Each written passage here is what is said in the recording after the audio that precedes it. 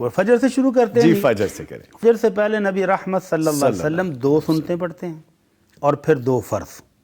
اس کے بعد اشراق تک ذکر اذکار ہیں، دعائیں ہیں، اور پھر اشراق جب سورج تھوڑا سا بلند ہو جائے، 15-20 منٹ گزر جائیں اس کو، تو پھر اللہ کے نبی صلی اللہ علیہ وسلم نے 2 رکعتیں بھی پڑھی ہیں اور 2 سے لے کر 8 تک بھی پڑھے ہیں. اس کو کہتے ہیں نماز اشراق. ٹھیک ہے. اور اگر آپ اس کو تھوڑا سا ڈیلے کریں، کو 9 بجے کے قریب پڑھے، تو اسی کو کہتے ہیں نماز چاشت.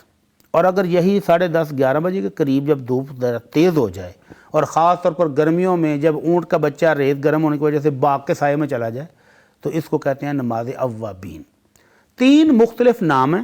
نماز ایک ہی ہے، وقت کے حساب سے اس کا نام تبدیل ہو جاتا ہے، اور یہ 2 رکعت سے لے کر 8 رکعت تک ہے. جب آپ پڑھنا چاہیں اس وقت کے دوران پڑھ سکتے ہیں. ٹھیک ہے.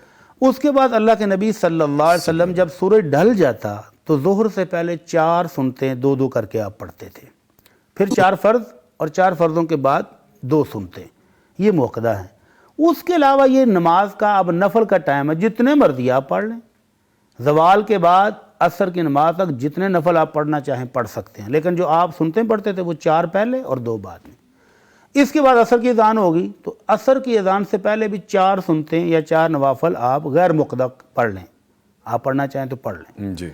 عصر کی 4 فرض پڑھنے کے بعد اب مغرب تک کوئی نفل نہیں ہے، کوئی نفل نماز نہیں، الا یہ کہ آپ نے بیت اللہ کا طواف کیا ہے تو طواف کے 2 رکعتیں پڑھیں، مسجد میں آ کے بیٹھنے لگے ہیں تو تحیۃ المسجد پڑھیں. اس کے علاوہ نفل نہیں ہے.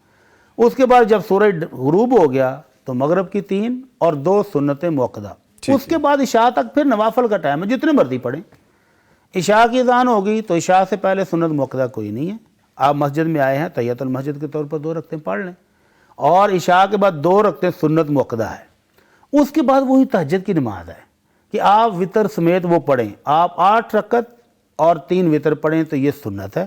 آپ ساری عمر یہی پڑھتے رہے.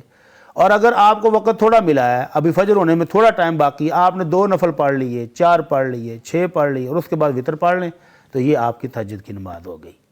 تو یہ ہے ٹوٹل.